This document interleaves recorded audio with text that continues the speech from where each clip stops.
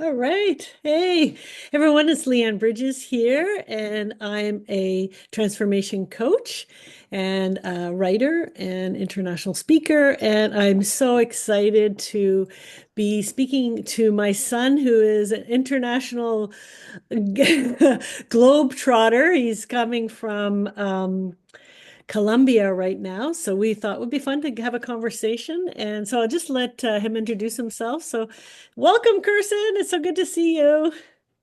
Thanks, Mom. So yeah, my name is Kerrsen Bridges Parkinson, and I don't necessarily have the same titles. I would like to consider myself a professional viber, and so I go around the world trying different things, experiencing, and yeah, I like to talk. Oh, I love it. I love it. So, you've been traveling for 4 months now, and you have one more month to go before you come back home, which I can't wait. All the moms out there understand, and a lot of my friends are following you on social media and always asking about, how things are going. So this is awesome opportunity to kind of talk a little bit about, why you wanted to do this and what your experiences have been so far relative to some of your goals. So. Why don't we start with that? Like, you left in August. It's now mid-November. So hmm what was your impetus to do this?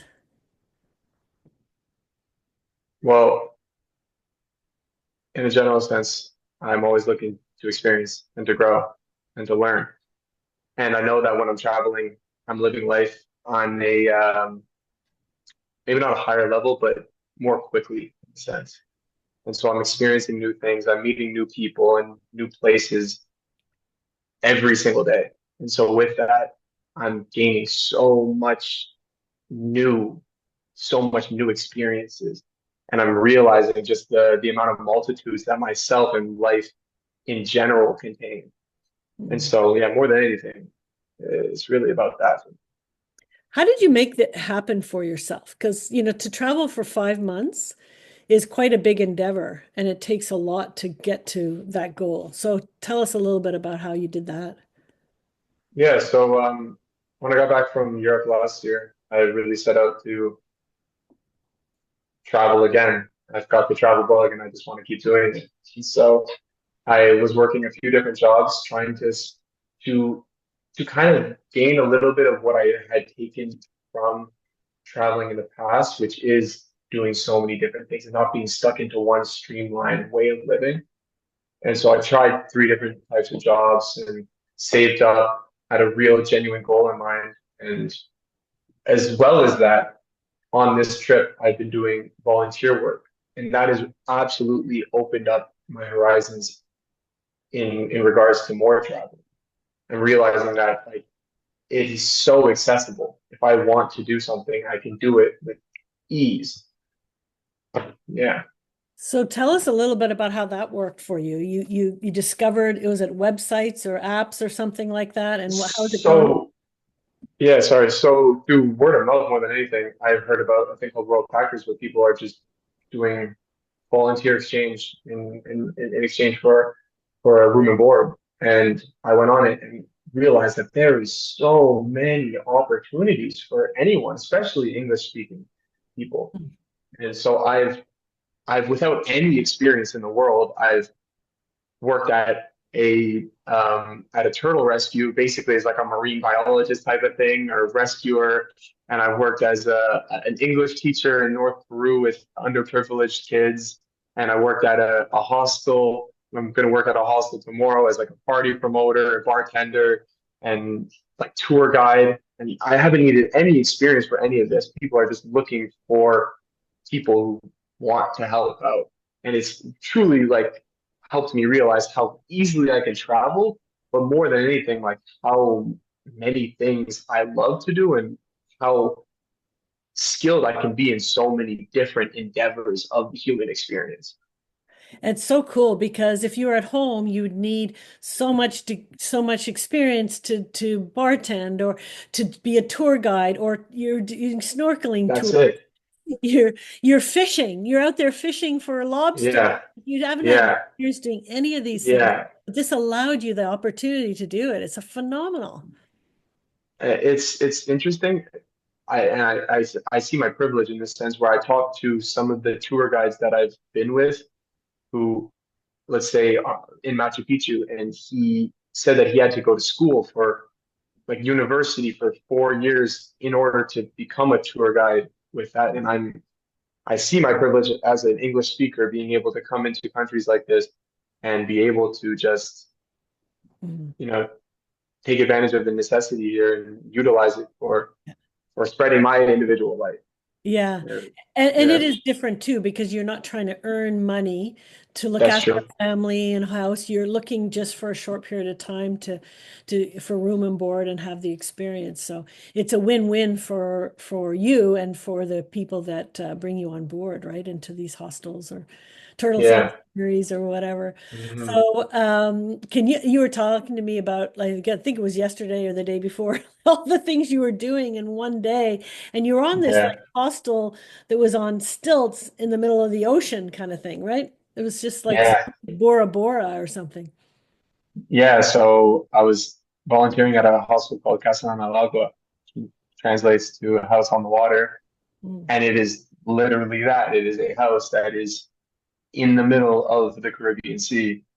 And yeah, basically, it's interesting because all the people there only speak Spanish. And so they kind of need volunteers there in order to deal with the guests. And so in one day, I would go out on a snorkel tour, and then I would go to the nearby island there, which is a really interesting cultural experience. Go swimming with sharks, go on a plankton tour, then party with the guests, meet tens and dozens of new people, and it's like like just I couldn't believe that this is what I was doing for quote unquote work. It's like I Yeah. would have paid an immense amount of money for that experience.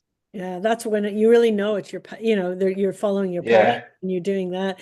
I remember being on the phone with you. I think it might have been yesterday or the day before, and you said the boat's coming. I gotta go, and I felt you might be too young to remember, but Fantasy Island, where it's like the plane, boss, the plane's coming, and the plane would come to the island with all these tourists, and it was like that, and I could just hear you. Oh, the boat's coming. I gotta go. It was so cute. Yeah, I think you said that as a reference, and I had absolutely no Yeah. idea what you were talking about. I know, Yeah. damn boomers, eh? We have these old cultural references. It's so funny. We'll have to show it to Yeah, you. we actually had to do a welcome dance for all the new arrivals. It was kind of interesting. We had to go like for the Amazing. Yeah, yeah, and it you was even fun. got to do some inspirational, like as you were, can you talk a little bit about that too? Which was, and Yeah, just so tapping into another part of you, which is so cool. yeah, well, honestly, probably my biggest fear in a general sense is public speaking, but I also think it's one of my biggest strengths. Something that I can be really good at if I put my effort into it. And with this place, every single day at sunset, we would do a sunset shot, and we would take a moment to like say a speech about gratitude, and I'd always be the one to do that. And being in like a really non-pressure environment, doing that really helped me. And I really felt like I got in my zone talking about gratitude and everything about being present in the moment. And it seemed like a lot of the guests really enjoyed it and found it really profound, which was You nice had to like hear. some spiritual coaching thrown in there Yeah, as you're that's going. it. Good. I can't do anything without at least a little bit of spiritual coaching in there, you know? Yeah, I know. Yeah. That's so fun. So when you're going to come back and everyone's going to ask you these questions, what's your favorite thing? But tell me about some of your Mhm. highlights, your big highlights. Oh, yeah, that's too hard of a question. Every single thing is a highlight. Every day that I've been living is a highlight, even when it's a low light, even when it's a tough experience. There's still some of the most incredible experiences, even when I feel lost and when I feel in pain or sad or exhausted. Some of those experiences have been the most incredible experiences for me because they've inhibited me to have the most growth throughout this trip.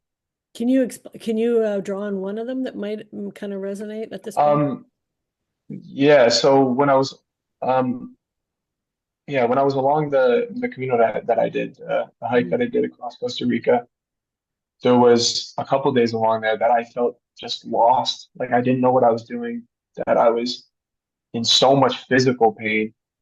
And it's like, what am I? putting myself through all of this for. Mm, And when I allowed myself to kind of just flow with it, that pain is just a feeling that is like any other feeling. mm, And to continue to keep going and see what will come forth with my acceptance of the journey. With that, I experienced an incredible amount of self understanding and just an incredible experience in general. mm, Or another example, maybe something that's a little bit easier for people to understand instead of just like a really crazy physical experience. There's been times where, more than anything, I think the hardest thing about traveling is the fleetingness of everything and how mm, transient every single experience is. And so when I'm meeting people, even today, like I just left some of the people that I have been the most connected with on this trip. And so every place that I go to, every person that I meet, I know that it's so fleeting. And even if I have that spiritual acceptance that everything's gonna be okay or whatever, doesn't mean that I don't feel human emotions. And so it can be really sad leaving people that I absolutely love or mm. leaving a place that I absolutely love. And in another sense, leaving a version of myself that I absolutely love. Yeah. Hmm. That's amazing. Yeah. Is there any, I'm sure there are millions of things that surprised you, but is there anything that stands out for you that's something that really kind of surprised you along the way? I'd say more than anything is like just realizing, you hear that sound? No, what is it? Yeah. I don't know, it sounds like somebody should banging outside. Oh, no, no. Yeah, I thought it was something Yeah. bizarre now. Um, yeah, more than anything, just realizing how much opportunities there are in general and just for myself that like I think people in general, but myself included, can label ourselves and identify ourselves in a very specific path or identification of ourselves. And in reality, it's like we contain so much, we contain multitudes, and we can do anything if we really put our mind to it. And so, like in the past, I could have said that, like, oh, I would never work with the public, or I would never, like, I'm too introverted, or I'm too this, or I'm too that. And then I do things that are the exact opposite of what I had defined myself in the past, and see that, like, I can thrive in that. Not Mm, only can I do it, but I can absolutely thrive in that. mm. And I No, think that's a really interesting thing.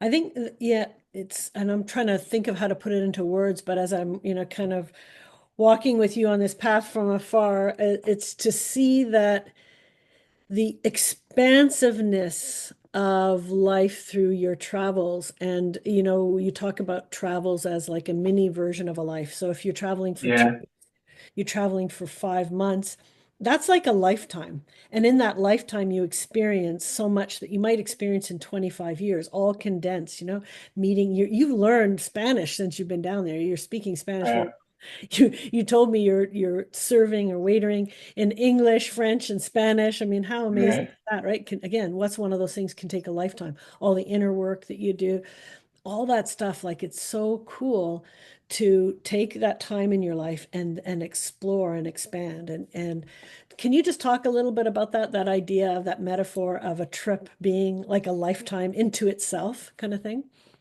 Yeah, well, it's kind of like the idea that everything's fractals, right? Mm, And yeah. so, like, uh, Explain what a I think fractal is, it's because not everyone knows what that would be, because I love fractals. Or do you want me to? yeah, you can go ahead. Yeah, the idea of a fractal is that like a hologram has fractals. Every little component of a hologram is made up of the whole of everything. Like a cell is a fractal of the whole body. It contains all the DNA of the body. Sorry, so not Exactly, everyone knows that term. exactly. And so, in the same sense that a trip can literally be a lifetime where you experience all of the emotions, all of these multitude of experiences within such a short period of time that it not only it not only can seem like a lifetime, but it also feels like it. It feels like I've been gone for like multiple years, but I've only Yeah, been gone for 4 months. yeah. And yeah, it's I I've always like people love to say like, oh, I don't even know how to say this, but I don't like to see traveling as just like a traveling. It's like I see it as like I'm just living life on Mm-hmm. a higher interval. I'm living it more fast paced. I'm doing more things and experiencing more. It's not like my life is like different as in it's like I'm on this stage of traveling. It's just I'm living it differently. And I could be living it in the same way at home. Yes, It's exactly. just that it's so easy to get stuck up into our routines when we're back Yes. at home. Yeah. Yeah. I think that's really important because you could say, oh, well, you're traveling, so you'll feel that way. Here's your kitty cat meowing for you. Misses you. But we can say that, oh, when we travel, yeah, we feel that way. But it's how do you bring that consciousness to That's everything it. we do? And I think if you go away for a bit, you experience it, you get the taste of it, then it's like, okay, you have to consciously say, I want to bring that to your life. And I found when you came home from Europe, between Europe and this trip, you did that. You alluded to it earlier, but very specifically, you took a job at a sports center, which was a lot of fun. Driving, some stuff was Dead shit, bodies. stuff was a lot of fun and Yeah. within the community, and then you were gardening, which was awesome. You're learning how to garden, all these things you're learning too, just like Hmm. when you're traveling. And you started a little business doing dog sitting and pet sitting and stuff like that.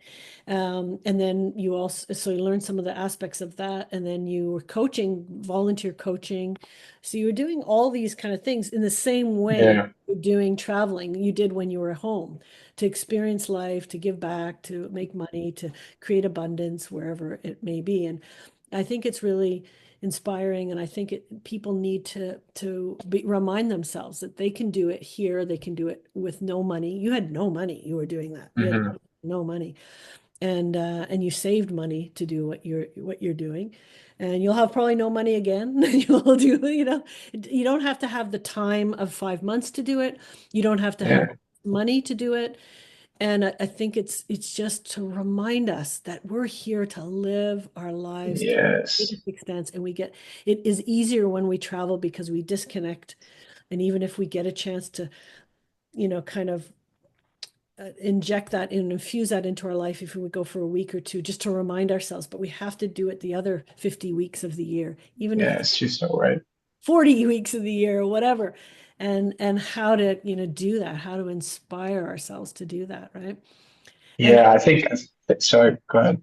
I think that what you touched on right there is really, really important. The fact that like you don't need all this money, you don't need all this time, you don't need all this, that, or the other thing. The most important thing is just about doing it, Mhm. opening your mind to the idea that you can create change in your life every single day and allowing yourself to say yes to the opportunities that present themselves every single day. Because even if you don't see them, they are constantly calling your name. And if you allow yourself to just follow down in that path, even if it scares you to the depths of your core, your life will change in ways that you could not even imagine. Mhm. Yeah. And that being said, also giving yourself the grace that the universe ebbs and flows, it expands and contracts, and it's not always going to be like this. And I can't expect myself to always be living like this. I know that I'm going to have to come home and I'm going to have to do certain things, but then it's integrating it where instead of like a straight line up or a straight line down, it's constantly moving up. And that's kind of your next challenge, right? Because you did this big trip last summer. You came home, you did all these amazing things, but it was Mhm. building to this. And now you're like, how do I integrate it more so I can do all these different Exactly. experiences and travel and so forth?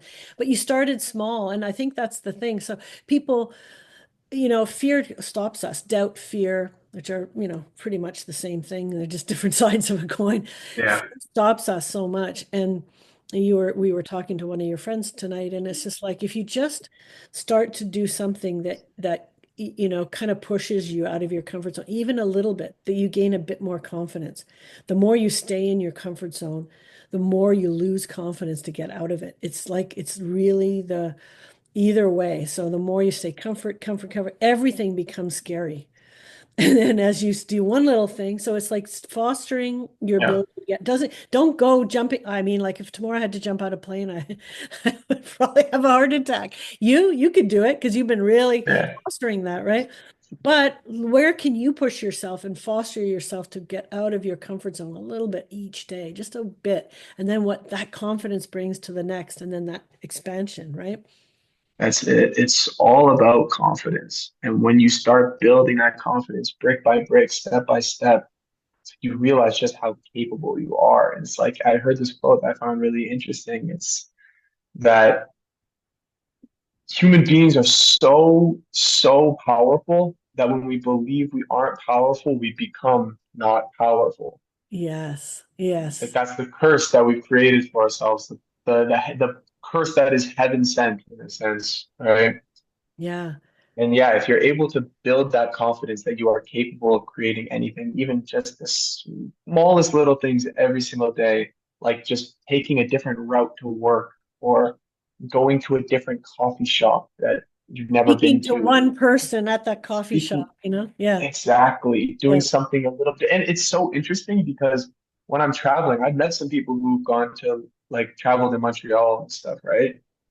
And I've realized that like they know more about Montreal than I do. I'm yeah, like, that's yeah, sad. Like when I'm yeah. back at home, I tend to fall so much more into my routine, into my pattern. I don't go out and explore. And then when I'm traveling, I'm exploring everything. And I'm Yes, like, why don't I bring a little bit of this back to my yes. normal life? Yes, exactly. And I love that quote because we're so powerful that we convince ourselves that we're not and then we become not. I think worth Exactly. repeating a few times. But the other thing about confidence, which is really interesting, is that confidence only comes from addressing a non-confidence head on. Going forward when we're not confident, we can, that's the only way we actually can build confidence.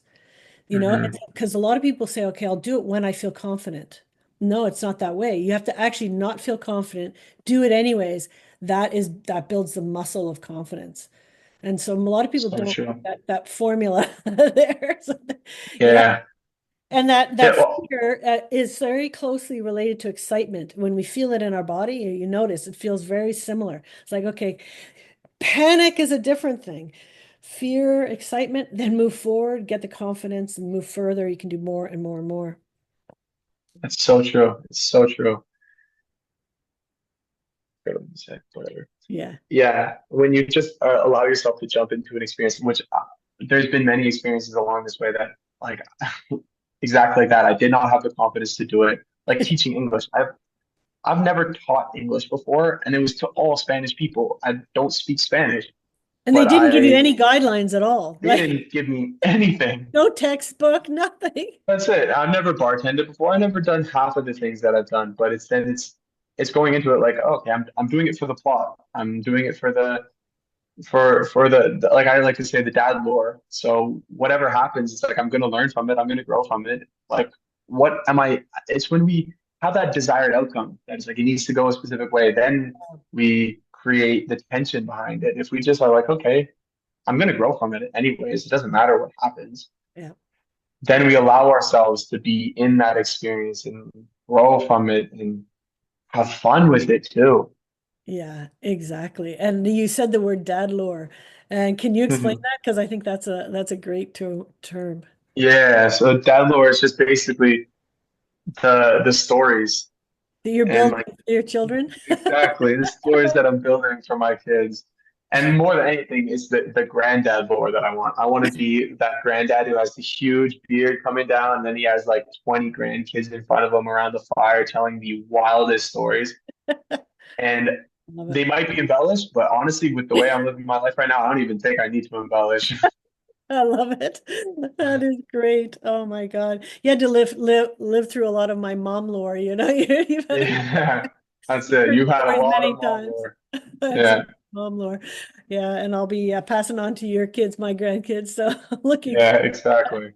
that's so fun. So tell me what maybe to close off, what would be one of the biggest things two things, what you're looking forward to in the next month and what you might Hmm. be looking forward to when you come home. So yeah, I always know that the end of my trip tends to be like the most profound reflective part of it, right? It's because when it's coming to an end, it feels real, like it feels like it's coming to an end. And so that, especially that last week or so that I'm going to be hopefully with my friends, if not by myself, I know I'm going to be like just feeling it so deeply. Every single thing that I've learned, that I've experienced, every person that I've met, and it's going to be, I feel like very overwhelming Hmm. emotionally, but at the same time, it's going to be so, so beautiful. And I'm going to another hostel tomorrow that is right on the beach and it looks incredible. I know I'm going to meet some incredible people and have a great time. And so, yeah, more than anything, I'm absolutely incredibly excited for coming home for Christmas and coming home to see my family and my friends and be, in that whole, like, not being with you guys for 5 months is going to make that Yeah. Christmas spirit just, Amazing. Yeah. we're going to be bursting with Christmas spirit. And Awesome. so, And yeah, when December 31st comes, you look back at your 2024, and I'm sure you're going to be very happy with what you have experienced and achieved and everything. yeah. Do you have any thoughts about 2025? I like taking it one day at a time, but I'm absolutely excited for every experience that's to come. I know that within my life is just more and more expansion, more and more growth, more and more life. Mm, So yeah, that's beautiful. And just a little hint to some of those of you who might be still listening on, hopefully. We're thinking when Kirsten gets back, we're going to be starting, or maybe this is the first of our podcasts, doing a podcast together, building bridges yeah, between yeah, generations across the world. And yeah. we'll explain exactly, but it's really having these conscious conversations and about, sharing your light in the world, and we'll be interviewing amazing different people and how they share their light and to inspire one another to really step into our greatness. Yeah. Absolutely. We should have said the name of it at the beginning, but yeah, because it's pretty cool. Building bridges. Yeah, Yeah. we got a little bit of creativity as well out here. Exactly. I love it. Yeah. It's going to be fun. Well, I miss you, love. Thanks so much I for miss you being too, on here. Mom. And I'm going to just stop the recording. Thanks everyone for listening and look forward for the next time. Take care. Bye. Peace.